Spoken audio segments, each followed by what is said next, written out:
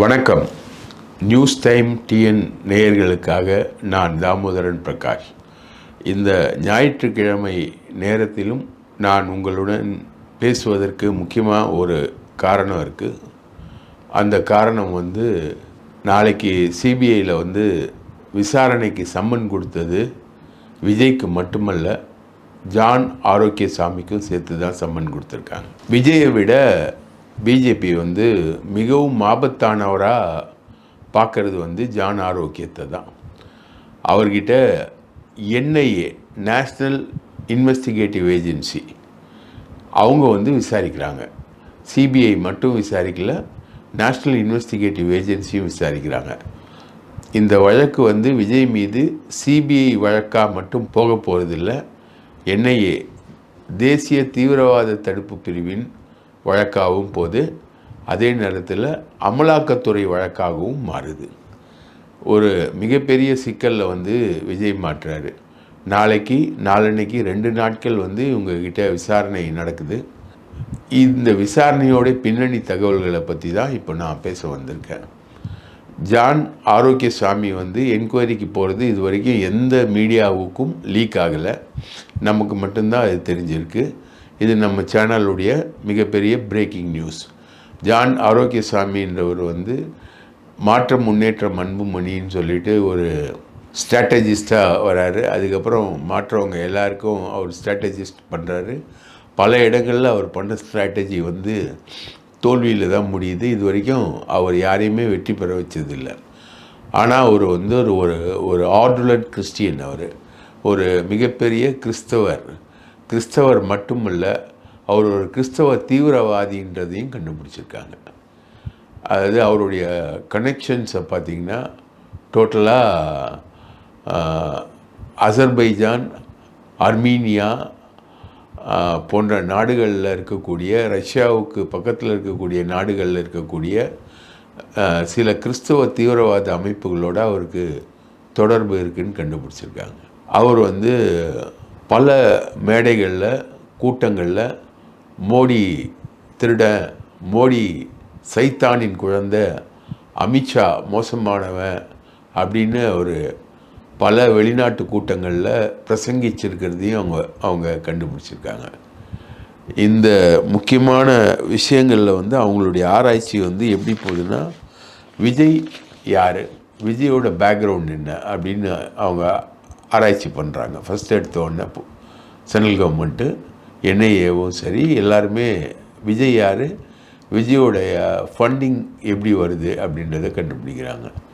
உதாரணத்துக்கு பார்த்திங்கன்னா, இப்போது அவர் எடுத்திருக்கக்கூடிய ஜனநாயகன் படம் அவருடைய ஓன் ஃபண்டிங்கில் தான் அது பண்ணியிருக்காரு அப்படின்ற மாதிரி செய்திகளும் இப்போ வெளியே வந்துக்கிட்டு இருக்கு. அதில் அந்த ப்ரொடக்ஷன்ஸ் ஏதோ பேருக்கு தான் வந்திருக்கு. பாக்கி முழுக்க ஜனநாயகன் இவரோட ஃபண்டிங்கில் தான், அவரோட கடைசி படம் அதுன்றதுனால அவரோட ஃபண்டிங்கில் தான் ப்ரொடியூஸ் பண்ணியிருக்காங்க. ஒரு 500 கோடி அளவுக்கு செலவு பண்ணியிருக்காரு விஜய் அப்படின்றத அது கண்டுபிடிக்கிறாங்க. இந்த ஃபண்டிங்லாம் விஜய்க்கு எப்படி வருது அப்படின்றத அவங்களுடைய ஆராய்ச்சி பண்ணும்போது, முதல்ல ஸ்க்ரீனிங் லிஸ்ட்டில் வர்றவர் பிரிட்டோ. இவர் விஜயோட அம்மாவோட, ஷோபாவோட தங்கச்சி கணவர். விஜய்க்கு சித்தப்பா முறை வரக்கூடியவர் தான் இவர். இவர் லயோலா கல்லூரியில் அதோட தலைவராக இருக்கார். ஒரு பெரிய அளவுக்கு செல்வாக்குள்ள நபராக லயோலா கல்லூரியில் இருக்கார். அங்கே நிறைய கட்டடங்கள்லாம் அவர் கட்டி கொடுத்துருக்காரு. அவர் மேலே நிறைய அலிகேஷன், விதவிதமான அலிகேஷன்ஸ் லயோலா கல்லூரியில். அந்த அலிகேஷன்ஸ்க்கு பிறகு அவர் அங்கேருந்து ராஜினாமா பண்ணிவிட்டு போர்ட் ட்ரஸ்ட்டில் லாரி கம்பெனி ஆரம்பிக்கிறாரு. அந்த கம்பெனி பெரிய அளவுக்கு வளருது.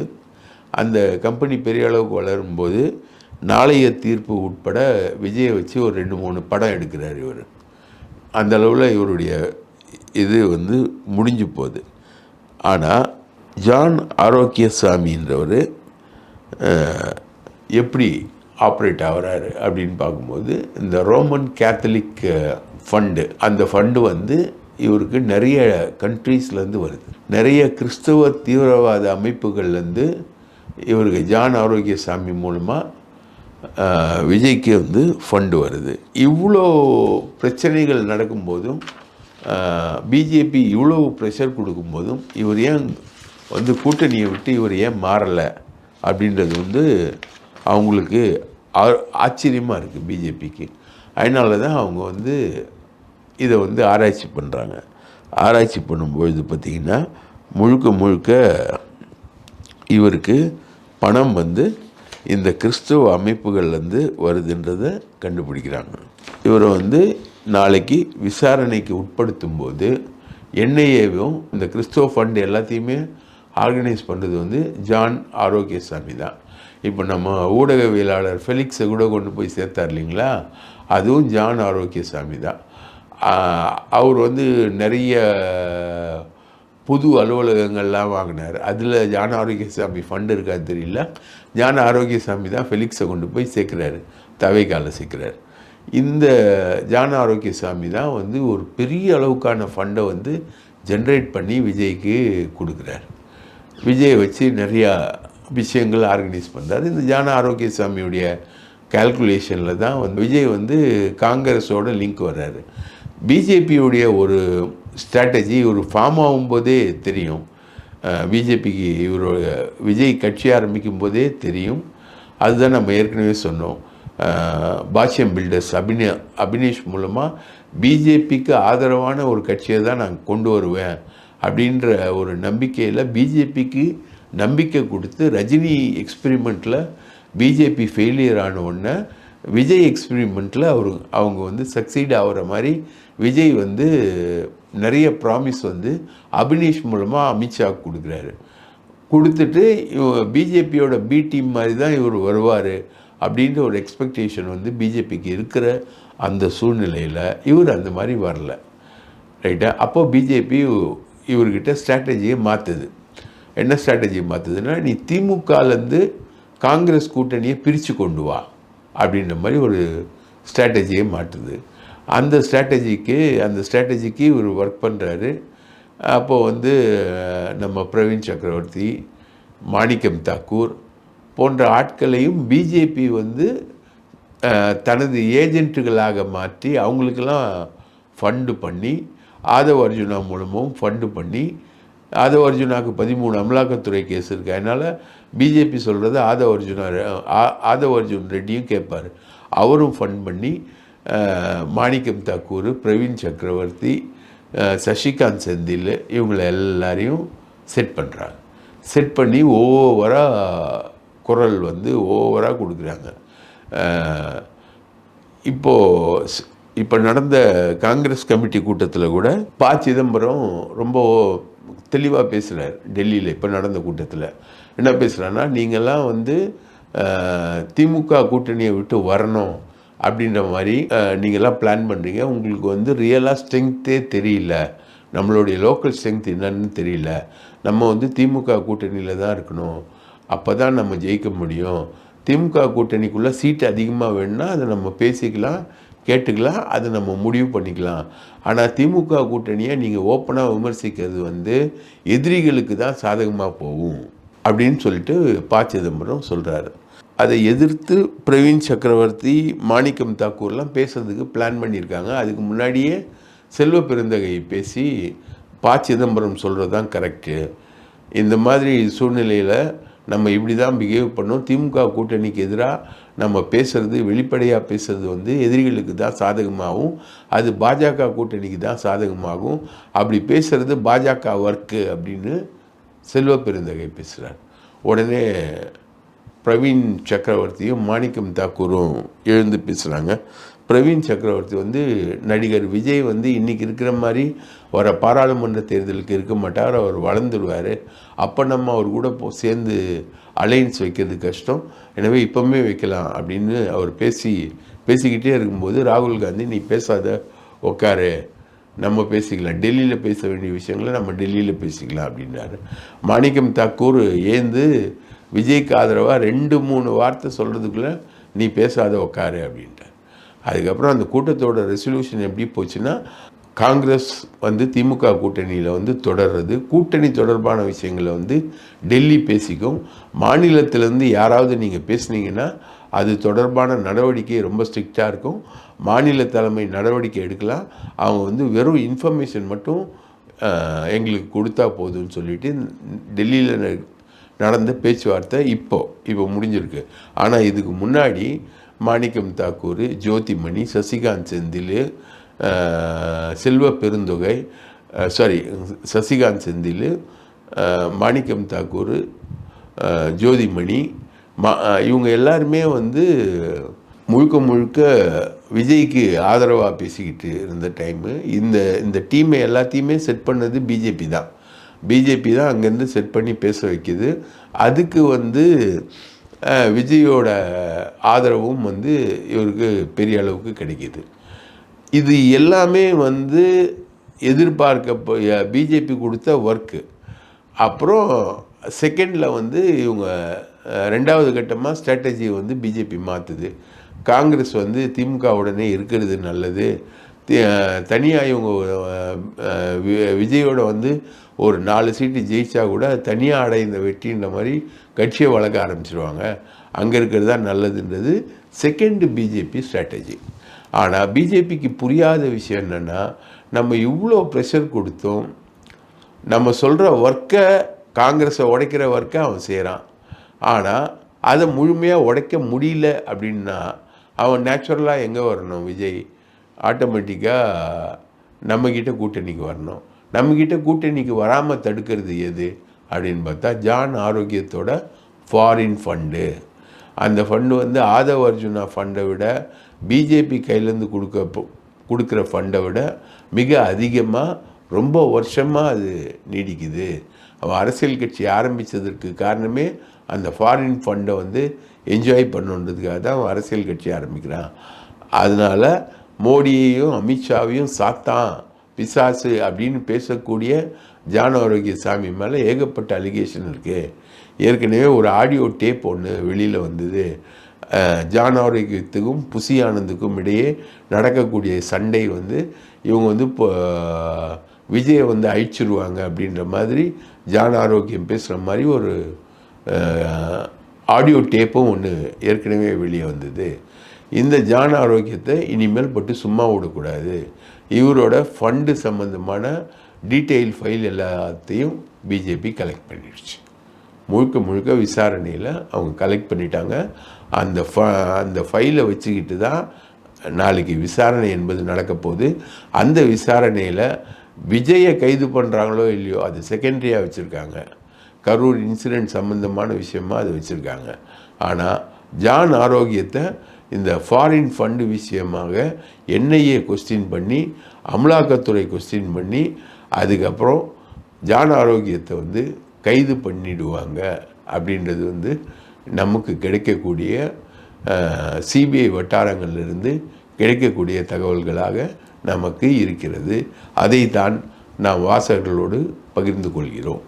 காங்கிரஸ் வந்து முழுக்க தாவேக்காவோட இணைஞ்சு செயல்படுறதுக்கு ஒரு முக்கியமான காரணமாக பிரவீன் சக்கரவர்த்தி மாதிரி ஆட்கள் வந்து காங்கிரஸ் தலைமைக்கிட்ட முன்வைக்கிறது வந்து, நாளைக்கு விஜய் வந்து கேரளா, புதுச்சேரி, தமிழ்நாடு 3த்துக்கும் சம்மந்தப்பட்ட ஒரு மிகப்பெரிய அரசியல் தலைவராக வருவார் அப்படின்ற மாதிரி அவங்க முன்வைக்கிறாங்க.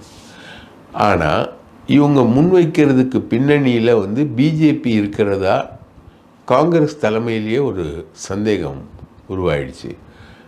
மாணிக்கம் தாக்கூர் வந்து முழுக்க டெல்லியில் தான் இருக்கார். அவர் டெல்லியில் தான் எல்லா ஒர்க்கையும் பண்ணுறாரு.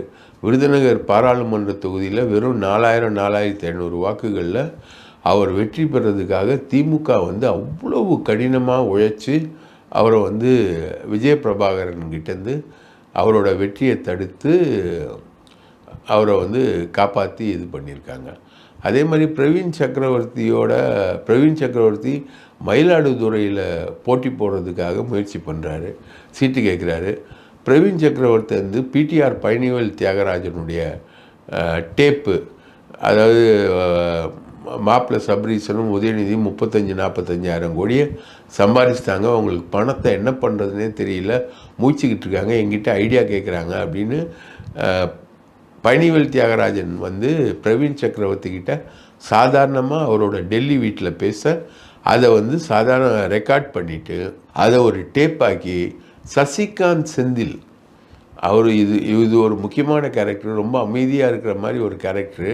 பூவை ஜெகன்மூர்த்தி வந்து சசிகாந்த் செந்திலுடைய பெரியப்பா.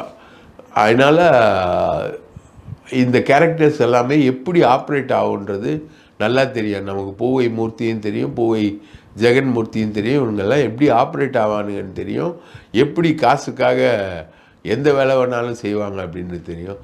அந்த சசிகாந்த் செந்தில் மூலமாக தான் சவுக்கு சங்கருக்கு கொடுத்து அந்த பேச்சை வந்து இவங்க ரிலீஸ் பண்ணாங்க. ஒரு பேச்சில் 2 பேச்சை வந்து இவங்க ரிலீஸ் பண்ணாங்க.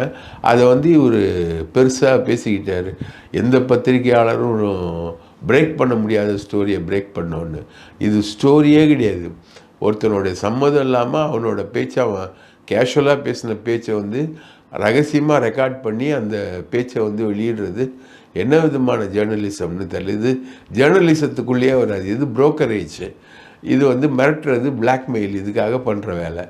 அந்த வேலையை சசிகாந்த் செந்தில் வந்து சவுக்கு சங்கர் மூலமாக பண்ணார். கேட்டால் எனக்கும் சவுக்கு சங்கருக்கும் எந்த தொடர்பும் இல்லை அப்படின்னு சசிகாந்த் செந்தில் வந்து சொல்லுவார், ஓப்பனாக பேசுவார். ஆனால் பிடிஆர் டேப்ஸை வந்து முழுக்க முழுக்க வெளியிட்டது சசிகாந்த் செந்திலும் சவுக்கு சங்கரும் தான். ஸோ இதுதான் பிரவீன் சக்கரவர்த்தியோட ஒர்க்கு. அந்த பிரவீன் சக்கரவர்த்தியோட இந்த ஒர்க்கை பார்த்துட்டு திமுக மேலிடம் பயங்கர கோபமாச்சு. அவர் வந்து மயிலாடுதுறை சீட்டு கேட்கும்போது அவருக்கு வந்து சீட்டே கொடுக்காம சுதான்னு ஒரு அம்மாவை கூட்டின்னு வந்து அவங்களுக்கு மயிலாடுதுறை சீட்டை கொடுத்துட்டு அவங்களுக்காக கடுமையாக உழைச்சி அந்த அம்மாவை வெற்றி பெற வச்சது திமுக. அந்த அம்மா இது வரைக்கும் ராகுலுக்கு ரொம்ப நெருக்கம். ஆனால் அந்த அம்மா இவங்களுடைய சதி திட்டத்துக்குள்ளே பங்கெடுக்கவே இல்லை. ஆனால் சசிகாந்த் செந்தில் இந்த டீமு, ஜோதிமணி, சசிகாந்த் செந்தில், மாணிக்கம் தாக்கூர், ஜோதிமணி, சிதம்பரம் பையன் கார்த்திக் சிதம்பரம், இவங்களுடைய இந்த ஒர்க்குக்கு பின்னாடி பிஜேபி இருக்குது. இந்த ஒர்க்கு தான் வந்து விஜய்க்கு அசைன் பண்ணப்பட்ட ஒர்க்கு. அந்த ஒர்க்கை வந்து விஜய் வந்து மேற்கொள்கிறாரு. அந்த ஒர்க்கை மேற்கொள்கிறாரு. அதுக்கப்புறம் இந்த மைனாரிட்டி வாக்குகளை வந்து பிரிக்கணுன்ற அந்த அசைன்மெண்ட்டையும் மேற்கொள்கிறாரு. இந்த அசைன்மெண்ட்டை வந்து இவர் மேற்கொள்கிற வரைக்கும் கரெக்டு. ஆனால் ஒரு கட்டத்தில் வந்து காங்கிரஸ் வந்து பிரவீன் சக்கரவர்த்தி பேச்சை கேட்கல, மாணிக்கம் தாக்கூர் பேச்சை கேட்கல. காங்கிரஸ் மேலிடத்துக்கு வந்து திமுகவிலேருந்து ஸ்டாலினோட மாப்பிள்ளை சபரீசனே நேரடியாக போயிட்டு சோனியா காந்திக்கிட்டேயும் ராகுல் காந்திக்கிட்டேயும் பிரியங்கா கிட்டேயும் பேசிட்டு வர்றார். அப்போ அங்கே கூட்டணி ரொம்ப கிளியராக அங்கே வருது. ஆனால் ராகுலுக்கு வந்து விஜய் மேலே வந்து ஒரு சாஃப்ட் கார்னர் இருக்குது. அவருக்கு எப்போவுமே வந்து ஒரு மாதிரி இன்டலெக்சுவலாக அவர் வந்து யோசிக்கக்கூடிய ஒரு ஆள். இந்த மாதிரி இன்டலெக்சுவலாக யோசித்து தான் வந்து பீகாரில் வந்து தேஜஸ்வி யாதவுக்கு சீட்டு பிரச்சனையை ஏற்படுத்தி அங்கே வந்து கூட்டணி பங்கு நடக்காமல் காங்கிரஸ் தோற்றுது. இப்போ மகாராஷ்டிராவில் தோற்றுருக்கு. அதே மாதிரி நீங்கள் ஹரியானாவில் தோற்றுருக்கு. டெல்லியில் ஆம் ஆத்மியோட பிரச்சனை வந்து தோற்றுருக்கு. ராகுலோட இந்த இன்டலெக்சுவல் குணாம்சம் தான் வந்து ராகுலுடைய மிகப்பெரிய மைனஸ் பாயிண்ட்டாக இருக்குது. இந்த பண்ணையார்த்தனம் வந்து காங்கிரஸ் வந்து ஒரு பெரிய கட்சியாக இருக்கும்போது இருக்கலாம். இன்றைக்கி காங்கிரஸ் வந்து அதோட சைஸில் மிக சிறிய கட்சியாக மாறின பிறகும் இந்த பண்ணையார்த்தனம் தொடர்றது தான் வந்து காங்கிரஸ் கட்சி வந்து அழிவுக்கு காரணமாக இருக்குது. பல மாநிலங்களில் காங்கிரஸ் கட்சி வந்து அழிஞ்சிருக்கு. மம்தாலாம் காங்கிரஸ் கட்சியெல்லாம் கிட்டேயே சேர்க்கறது கிடையாது. அந்தளவுக்கு மம்தா வந்து கிளியராக காங்கிரஸ் கிட்ட ஒரு முடிவாக இருக்காங்க. இந்தியா கூட்டணியாக இருந்தாலும் காங்கிரஸ் கட்சி தனி, மம்தா தனி. அது ஆனால் தமிழ்நாட்டில் மட்டும்தான் இந்தியா கூட்டணியில் வந்து காங்கிரஸ் கட்சியும் இணைச்சி அதையும் கொண்டு போகணுன்ற முடிவுக்கு வந்து திமுக இருக்குது. இந்த மாதிரி நிலவரம் வந்து நிலவரத்தை கலவரமாக்கக்கூடிய வேலையை வந்து பிஜேபி ட்ரை பண்ணிக்கிட்டே இருக்குது. பிஜேபியை பொறுத்த வரைக்கும் அவங்க ட்ரை பண்ணிக்கிட்டே இருப்பாங்க. ட்ரை பண்ணி பார்ப்பாங்க. அப்படி அவங்க ட்ரை பண்ணி பார்க்கும்போது தான் நம்ம ஜான் ஆரோக்கியம் பற்றின விவரங்கள் அவங்களுக்கு கிடைச்சி அவங்க நோண்டி பார்க்கும்போது ஒரு சர்வதேச தீவிரவாதி என்னென்ன பண்ணுவானோ அனைத்து வேலைகளையும் பண்ணுறவராக தான் ஜான் ஆரோக்கியம் இருந்திருக்கார். அந்தளவுக்கான ஃபண்டிங் வந்து அவருக்கு இருந்திருக்கு. தீவிரவாத அமைப்புகள்கிட்டேருந்து பணம் வாங்கி தமிழகத்தில் வந்து அதுக்கான வேலைகள் எல்லாத்தையும் செய்வதற்கு கிறிஸ்துவ மதத்தை பரப்புவதற்கான வேலைகளை ஞான ஆரோக்கியம் செஞ்சுருக்காரு. இப்போ இந்த கிறிஸ்மஸில் கூட பல கிறிஸ்தவ சர்ச்சுகளில் விஜய் படம் போட்டு கேக்கு வெட்டியிருக்காங்க. அந்த விஜய் படம் போட்டு கேக்கு வெட்டி கிறிஸ்தவ வாக்குகளை வந்து விஜய்க்கு வந்து வாங்கி தரதில் ஞான ஆரோக்கியம் வந்து தெளிவான ஒரு ஸ்ட்ராட்டஜியை அமைச்சிருக்காரு. கிறிஸ்துவ அமைப்புகள் மூலமாக, குறிப்பாக ஆர்சி மூலமாக விஜய் தேர்ந்தெடுத்து நிற்கக்கூடிய தொகுதி நாகப்பட்டினத்தில் பெருவாரியான கிறிஸ்தவ பெர்னாண்டஸ் ஓட்டுகள், மீனவ கிறிஸ்தவர் ஓட்டுகள் வந்து பெருமளவுக்கு இருக்குது. அந்த தொகுதியை அவர் தேர்ந்தெடுத்து அவர் நிற்கிறதுக்கான ஸ்ட்ராட்டஜியாக அவர் பண்ணிக்கிட்டு இருக்காரு. இப்படி கிறிஸ்துவ மயமாக போகக்கூடிய விஷயம் என்பது தவறா? இந்த பிஜேபி இந்து தீவிரவாத மயத்தோடு போகும்போது விஜய் வந்து கிறிஸ்தவ தீவிரவாத முகத்தோடு போகிறது தவறில்லை அல்லவா அப்படின்ற மாதிரி ஒரு கேள்வி. எந்த டெரரிசமும் ஆபத்து தான். அது இஸ்லாமிக் டெரரிசமாக இருந்தாலும் சரி, இஸ்லாமியர்களோட டெரரிசமாக இருந்தாலும் சரி, முஸ்லீம்கள் நசுக்கப்படக்கூடிய நாடுகளில் முஸ்லீம்கள் தீவிரவாதிகள் ஆவதுன்னு நல்லது இல்லையா என்கிற கேள்வி என்பது இருக்குது. அதுதான் காஷ்மீர் கொஸ்டின், ரைட்டா? அதுதான் வந்து இன்றைக்கி பங்களாதேஷ் வந்து இந்தியாவுக்கு ஏற்படுத்தக்கூடிய கொஸ்டின் அதுதான். ரோஹிங்கியா முஸ்லீம்களுடைய கொஸ்டின் அதுதான். மணிப்பூரில் ஒரே கிறிஸ்தவ மதத்துக்குள்ளே இருக்கக்கூடிய இரு சாதி பிரிவினர்களுக்கு வரக்கூடிய விஷயமும் அதுதான். ஸோ தீவிரவாதம் எந்த விதத்தில் வந்தாலும் அதை வந்து சகிப்பதற்கு மத்திய அரசோ சரி, இந்தியாவில் எந்த அரசாக இருந்தாலும் சரி, அது காங்கிரஸ் அரசாங்கம் இருந்தாலும் சரி, அவங்க தயாராக இல்லை. அவங்க வந்து அதை எதிர்க்கிறாங்க, அதை முறியடிக்கணும்னு பார்க்குறாங்க. அந்த ஸ்கேனரில், அந்த தீவிரவாதிகளோட ஸ்கேனரில் தான் இப்போ ஞான ஆரோக்கியம் மாட்டியிருக்காரு. அதனால் அவரை வந்து அவ்வளோ சீக்கிரம் விட மாட்டாங்க, அவரை வந்து நிச்சயம் கைது பண்ணுவாங்க அப்படின்றது தான் நம்ம சோர்சஸ் வந்து நமக்கு சொல்லக்கூடிய தகவல். ஆகவே இந்த முக்கிய செய்தியோடு தான் நாம் வந்திருக்கிறோம். உங்கள் கவனத்தை எங்கள் வசம் திருப்பியதற்கு மிக்க நன்றி. நன்றிகளுடன் தாமோதரன் பிரகாஷ்.